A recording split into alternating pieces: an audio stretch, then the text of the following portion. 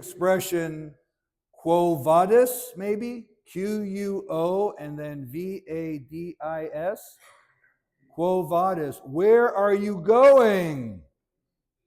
Where are you going? That's what Jesus said to Peter as Peter was escaping persecution under the reign of Nero. And Christ said, I'm going back to be crucified again.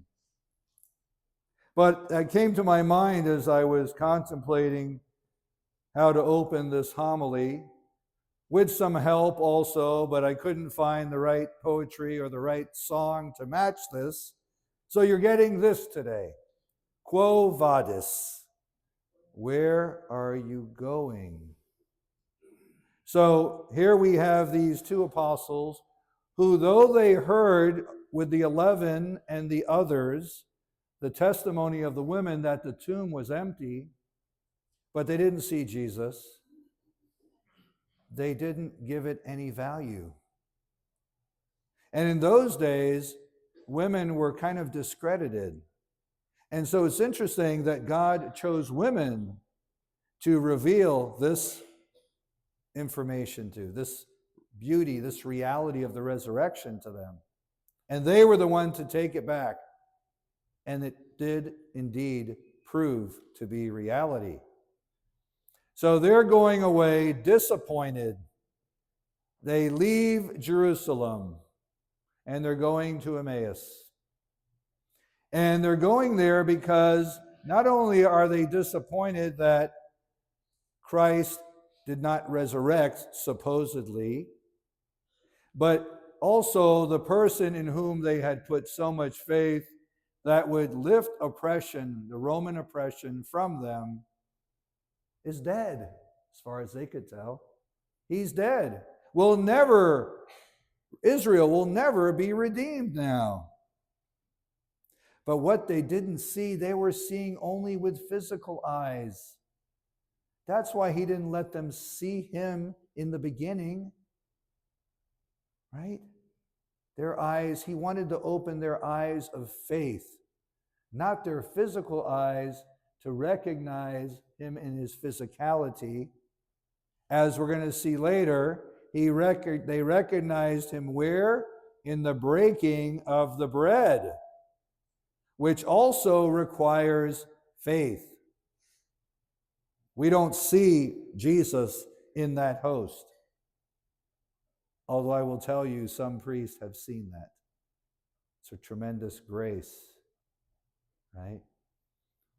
So here they are. They're on their way to Emmaus. They're downcast because their hopes were shattered. Their dreams were not realized. But they were realized when looked at through the eyes of faith. What is that realization? That Christ has redeemed Israel and us, the new Israel, from the oppression of sin and the slavery of sin and being under the control of Satan. Because now we have the opportunity for eternal life again. And if we understand our salvation history, all the way back to the very beginning, we'll see that God has constantly been chasing after us, constantly offering us a new covenant over and over and over again so we can be with him in eternity. Interestingly, remember when Adam and Eve violated God's instructions in the garden, their eyes were open too, weren't they? But their eyes were open to their nakedness, to their sinfulness, to their pridefulness. And now we have here these two apostles on the road to Emmaus whose eyes are open now to Jesus Christ. Not just a prophet, but the Messiah, the way, the truth, and the life.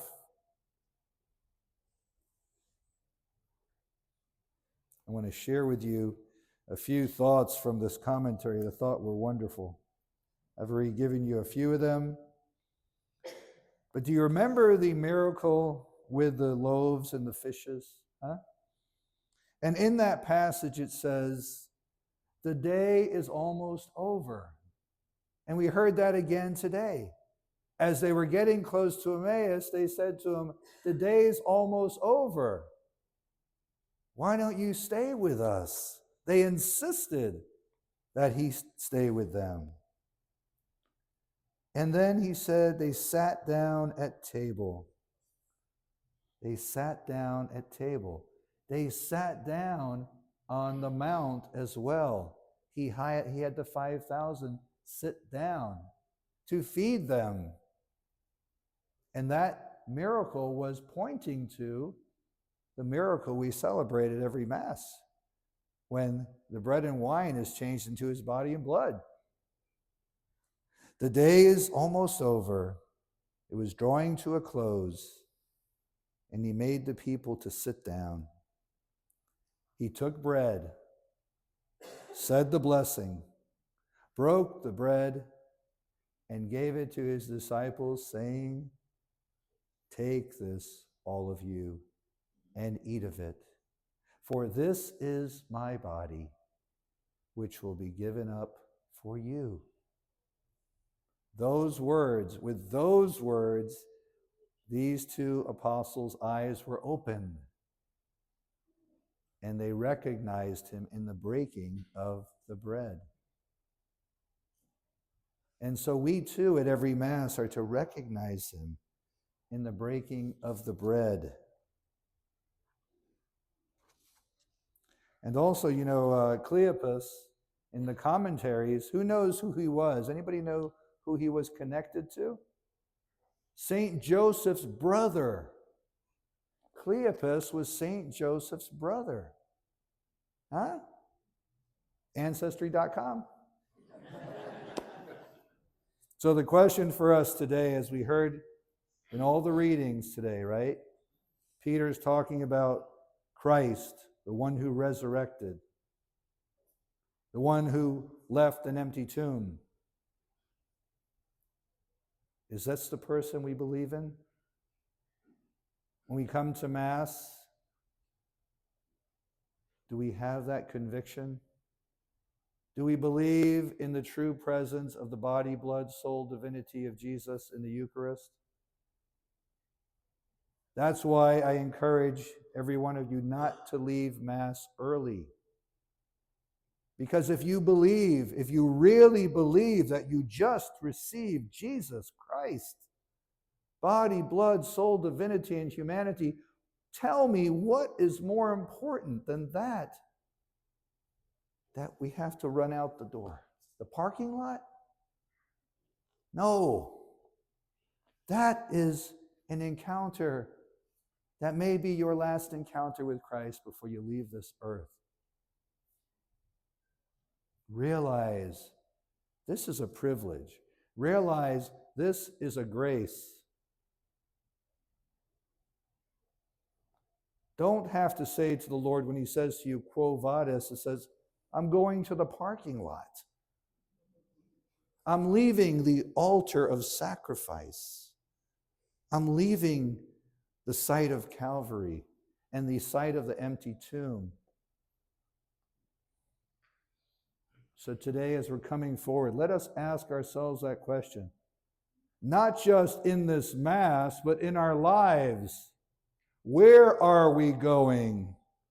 Where are we going? Are we living our lives that are taking us towards God? Or are we going away from him? I think we all know what it is in our lives that needs to be cut out, extinguished. So as we come forward today, let us focus on this. That Lord who took, gave thanks, blessed, broke, and gives himself to us in the most holy Eucharist. And when we take him in, let's tell him 3 words, huh? Stay with us. Stay with us, Lord.